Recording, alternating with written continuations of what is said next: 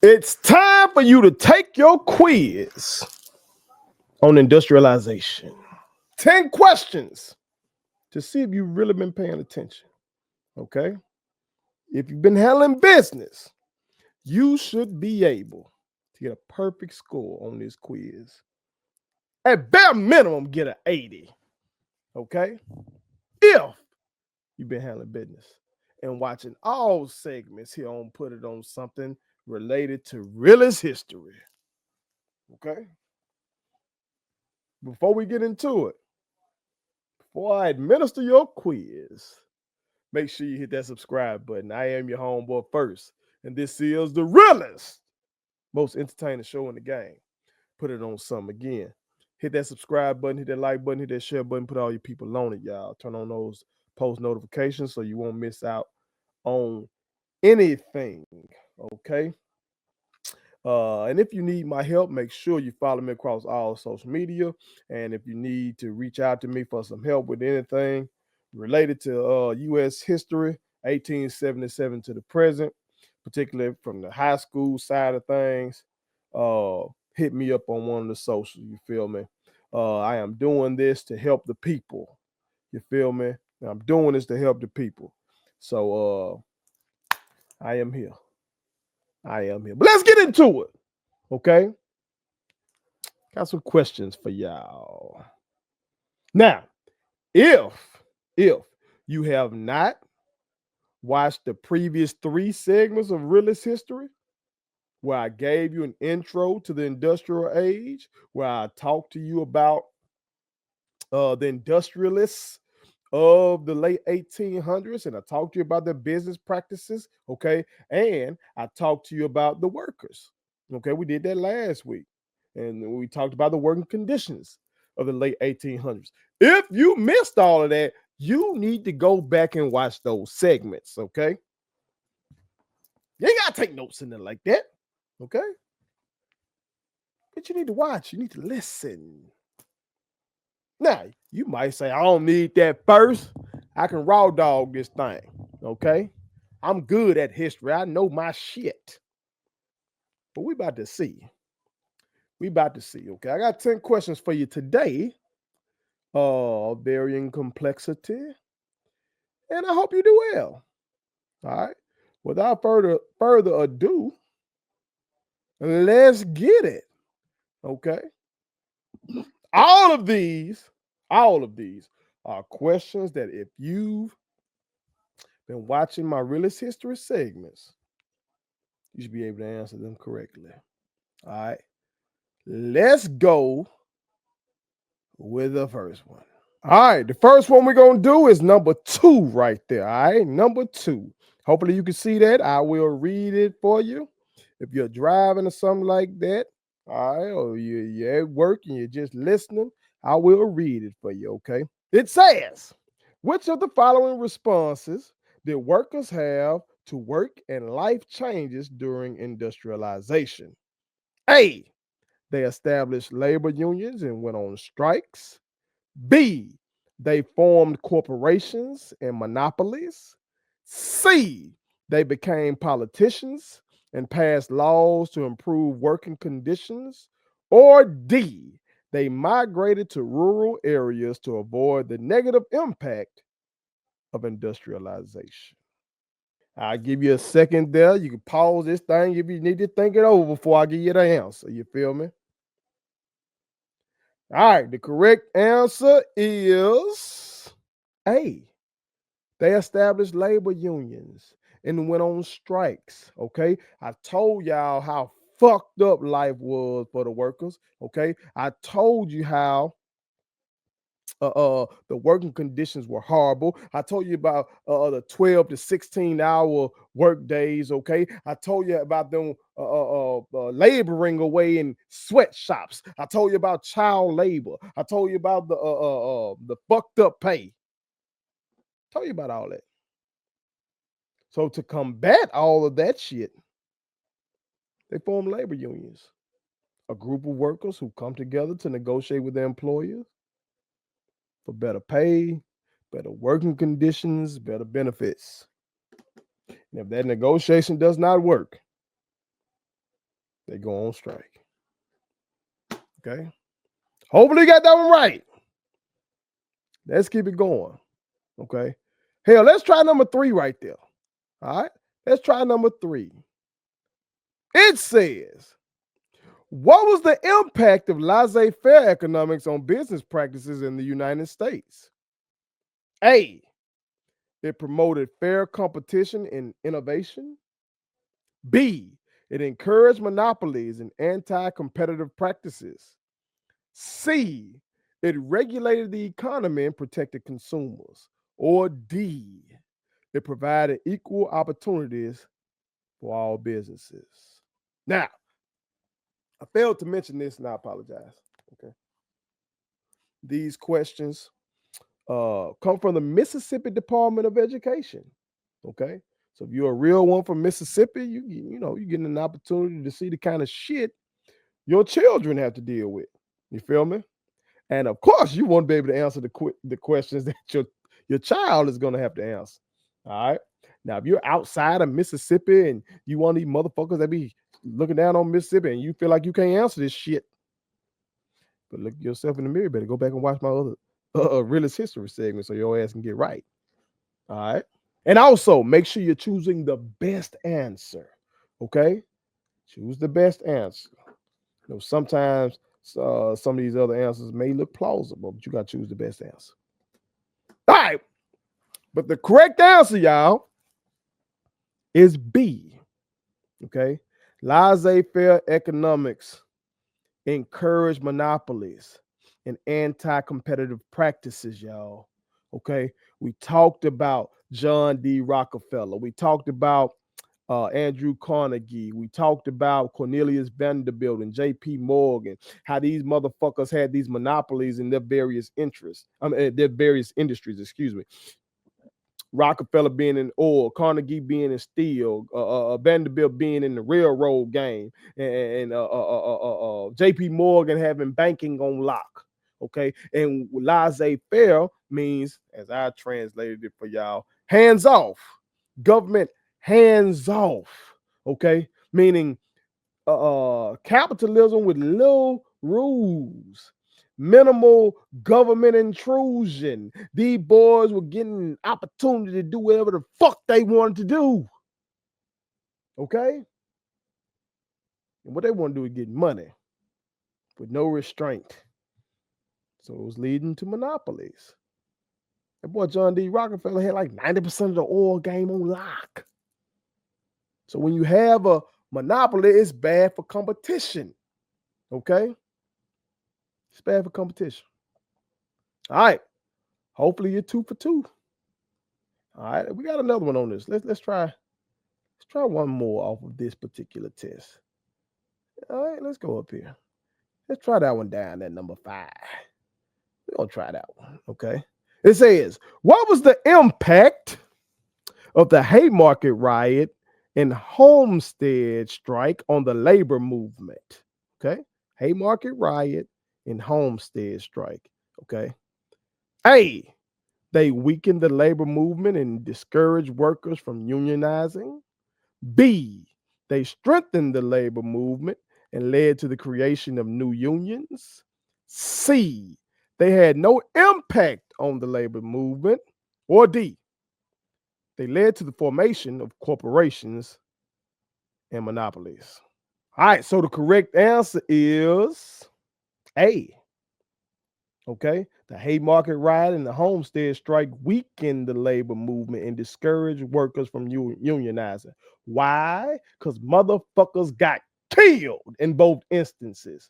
That's why. Okay, that's why. A lot of folks want better pay and better working conditions, and many are willing to go on strike for that shit. But if somebody get murked behind it, you're gonna say, fuck that shit, I'll go to work. Fuck that shit, I don't want to be in a labor union. Okay, but go back and watch the previous segment we did in realist history. All right, and you can see more information about those. Okay, I showed y'all a picture where somebody got killed in the Haymarket riot, and in the Homestead strike, I showed y'all a clip of motherfuckers getting killed. Okay, hopefully you're 3 for 3 right now. Let's keep this thing moving. All right, let's try this one, y'all. Everybody better get this one now. Everybody better get this one. I'll read it to you, then I'll scroll down. All right, it says the U.S. Patent Office granted a patent in response to the patent application shown below to Thomas Edison on January 27, 1880. The patent was not for the product's invention, but for an improvement to an earlier design. The improved design made the product reliable, safe, and practical. Okay, now if you can take a look. Take a look at the image. Hopefully that'll make it even easier. Okay, scrolling down for you. All right, y'all see the image? See what that is? Okay, all right, let's go down. All right, it says, the question that is, how did Edison's improvement to this product most likely affect the lives of factory workers? A, by increasing the hourly wages of factory workers. B, by extending the working hours of factory workers. C, by allowing factory workers to have more leisure time. Or D, by allowing factory workers to mass produce items on an assembly line. The correct answer is B. Okay, by extending the working hours of factory workers. Because if you take a look at that, y'all see that's a light bulb. Okay, you hear the name Thomas Edison, first thing pops into your mind is a damn light bulb. Okay, so all you gotta do here on this question is connect the dots. Okay, how did the light bulb tie to business? Okay, how that shit tie to industrialization? Well, if you got the light bulb now, we can keep this motherfucking factory lit the fuck up 24/7. Okay. And that is gonna extend the working hours of factory workers. Okay. If you paid attention to the shit I taught you, goddamn where it wasn't gonna increase the hourly wages of the factory workers. They were getting paid like shit. It wasn't going to give them more leisure time. Okay. I told you these motherfuckers working 12 to 16 hours a day. All right. So yeah, it's gonna be B. Light bulb is gonna extend the working hours of factory workers. Let's try another one, y'all. All right. Hopefully you got everything right now. Hopefully you're batting 1,000 in this bitch right now. All right. Let's try this one. Okay. It says, what was the main purpose of the Sherman Antitrust Act? What was the main purpose of the Sherman Antitrust Act? A, to allow the government to use labor unions to weaken powerful corporations. B, to authorize the government to gain controlling ownership in large companies. C, to authorize the government to pursue legal proceedings to dissolve monopolies. Or D, to allow the government to pursue legal action against the workers within monopolies. Okay. Again, what was the main purpose of the Sherman Antitrust Act? And the correct answer is C. The main purpose was to authorize the government to pursue legal proceedings to dissolve monopolies. Okay. Again, anti meaning against. Trust, I told y'all to think monopolies. Okay. The purpose of this shit was to regulate the monopolies. Okay. They saw that this shit was restraining trade. You saw that having Carnegie and Rockefeller running everything, it smothered their competitors. It was bad for other businesses, bad for consumers, because if they got the shit on lock, who the fuck else you gonna go to? They could just control prices. Okay? But remember I said, they tried to regulate the motherfuckers. Tried. Because in actuality, remember I said, these big industrialists end up flipping the script on their ass and using the Sherman Antitrust Act to really go against their damn workers. Okay? But that's not what the purpose of the shit was. Okay? Sometimes this shit can be tricky. All right. Again, hopefully you're coming through this thing looking good. We're halfway there. Okay. Hopefully you gotten all 5 right. Let's try another one. All right. I'm a little worried about this one, y'all, but we're going to roll with it. I believe in you. Okay. Got a little excerpt with this one. All right. So let's see how you do. All right. You paid attention during realist history? then goddamn it, you can do this. You can do this. All right. It says, hold on, let's scroll up a little bit. It says, the following excerpt comes from the 1896 Democratic Party platform. The excerpt reads, we denounce arbitrary interference by federal authorities in local affairs as a violation of the Constitution of the United States. And we especially object to government by injunction as a new and highly dangerous form of oppression by which federal judges, in contempt of the laws and rights of citizens, become at once legislators, judges, and executioners. The question is, which event is an example of government by injunction to which the Democratic Party objected? A, interference in the Pullman strike. B, subsidies for the Transcontinental Railroad. C, spoiled system of rewarding loyalists with political jobs. Or D, restricting immigration from Cuba after the USS Maine exploded. Correct answer on this one is A, y'all. A, interference in the Pullman strike. Okay, now remember we talked about the Pullman strike. Okay, remember just strikes in general. Okay, again, this is another one from the third installment that we did, the third section, so to speak, of the industrialization chapter where we talk about the workers, okay, and the labor unions and all the strikes and shit. You saw over and over again when these workers were going on strike, you saw the government step in and block the shit and basically side with management and make these motherfuckers get back to work. Okay. So that's what this is talking about. Now, the key to this shit was knowing what the word injunction meant. Okay. And remembering what I taught you about the Pullman strike. But basically, it was the government, goddamn it, blocking these motherfucking strikers, telling them, fuck that shit, you gotta get back to work, Jack. Okay. Consistently, the government was siding with business over the workers. And again, I know today you feel like they're doing the same shit. All right. But under the Biden administration, you did see this motherfucker be quite pro-union, despite how this vote just turned out. Let's keep it moving. Let's try this one, y'all. Let's try this one. Got a political cartoon this time. All right. Again, if you're driving or something, you might have to pause this shit and wait till you get settled so you can look at this shit. I don't want you to have no goddamn accident. I need you here. You feel me? All right. But I'll read it to you. This political cartoon shows John D. Rockefeller wearing a large crown and standing on an oil storage tank labeled Standard Oil. The crown is adorned with railroad cars, oil tanks, and the names of 4 railroad companies and topped with a dollar sign. Okay. Above the political cartoon, it reads the King of Combinations. Then I will scroll up some so you can look at the picture itself. Okay, you see what's going on there. Hopefully you can see that. Hopefully it's big enough on your screen for you. Okay. Pay close attention to all details. Okay, I'll scroll up a little more.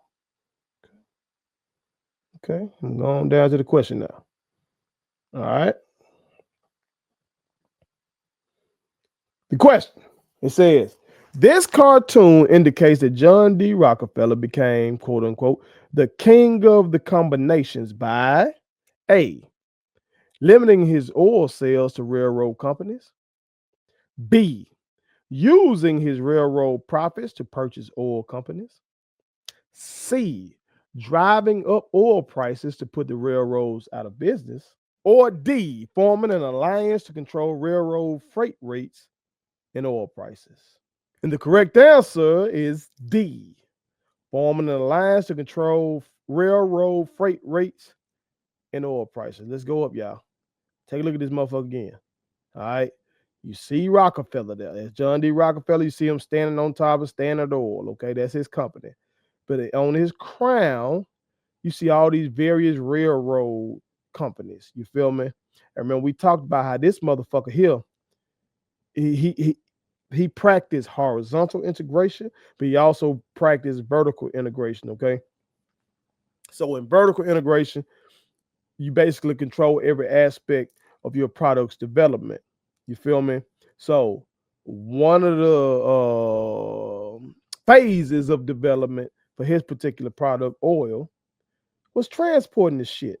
Okay, so either this motherfucker had his own railroad cars or his own pipelines, or he would strike deals with motherfuckers, to get them to transport his shit for the low. You feel me? Therefore, allowing him to control railroad freight rates and control the motherfucking oil prices and keep the game on lock and have his monopoly.